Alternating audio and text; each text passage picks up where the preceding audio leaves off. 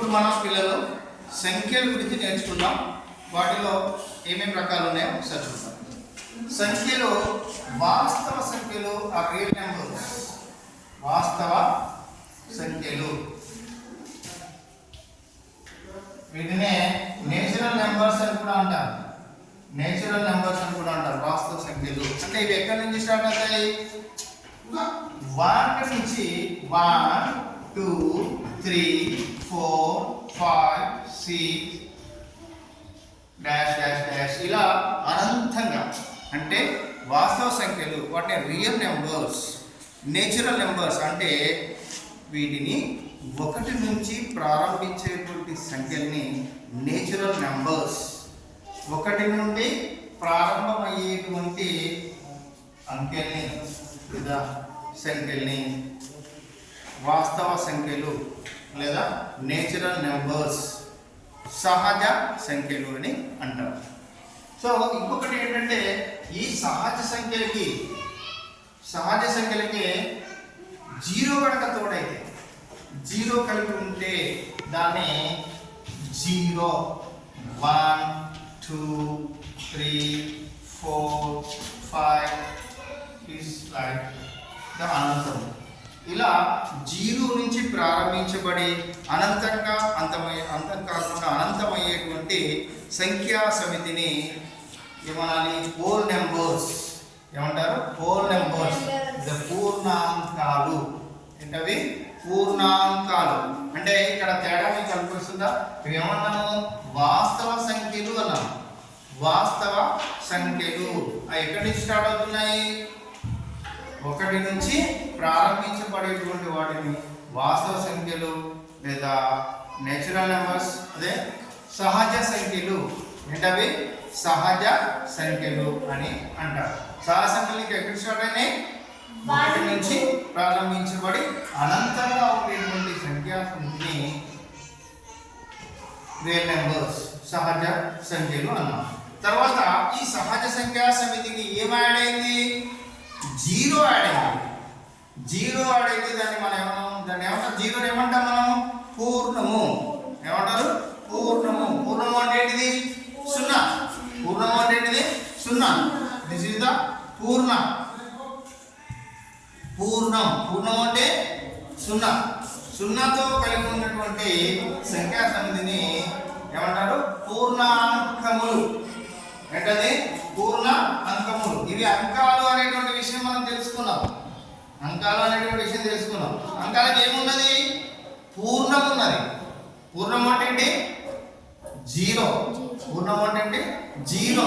అయితే 0తో అంటే పూర్ణముతో ప్రారంభించబడేటువంటి సంఖ్యా సమితిని హోల్ నెంబర్స్ లేదా పూర్ణాంకాలు ఏమంటారు? పూర్ణాంకాలు అంటారు.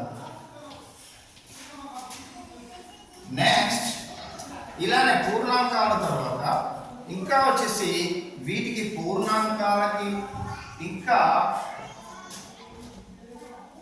ధనాత్మకం. ఇవి పూర్ణాంకాలు ధనాత్మకమైనటువంటివి. అంటే నెగిటివ్ నెంబర్స్ ఏదైతే ఉన్నాయో ఆ నెగిటివ్ నెంబర్స్ కనుక తోడైనట్లయితే వాటిని పూర్ణ సంఖ్యలు అని అంటారు. పూర్ణ సంఖ్యలు అవేంటి చూసినట్లయితే 0 -1 -2 -3 జస్ట్ లైక్ ఇలా అనంతమైనటువంటివి. అలానే 0 1 2 3 4 ఇలా అనంతమైనటువంటి సంఖ్యా సమితిని పూర్ణ సంఖ్యలు అని అంటారు. పూర్ణ సంఖ్యా సమితి అంటారు. అంటే ఇక్కడ మనం వాస్తవానికి ఉంచేది పూర్ణ సంఖ్యలు. పూర్ణ సంఖ్యలు. ఇక్కడ 0తో కాకుండా 1 నుంచి ప్రారంభించబడేటువంటి సంఖ్యా సమితిని ఏమన్నా మనం? సహజ సంఖ్యలు. ఏంటది? సహజ సంఖ్యలు. సహజ సంఖ్యలు. ఆ సహజ సంఖ్యలకి 0 చేర్చితే, సహజ సంఖ్యలకి 0 చేర్చితే వచ్చేటువంటివి పూర్ణాంకాలు. అంటే దీని డెఫినేషన్ ఎలా చెప్పాలి? 1 నుంచి మొదలయ్యే అనంతంగా ఉండేటువంటి సంఖ్యా సమితిని సహజ సంఖ్యా సమితి అని, 0తో ప్రారంభించబడి అనంతంగా ఉండేటువంటి సంఖ్యా సమితిని పూర్ణాంకాల సమితి అని, పూర్ణాంకాల సమితిలో నెగిటివ్ నెంబర్స్ కనుక ఉన్నట్లయితే దాన్ని పూర్ణ సంఖ్యా సమితి అని అనాలి.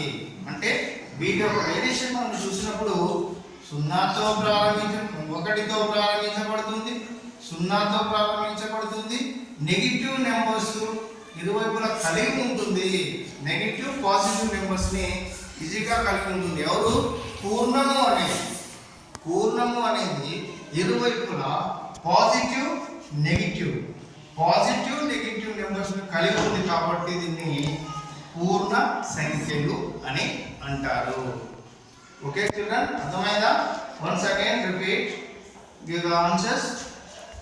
సహజ సంఖ్యల సమితి అంటే ఏమిటి? 1 నుంచి ప్రారంభించబడేటువంటి సంఖ్యా సమితిని సహజ సంఖ్యా సమితి అని అంటారు.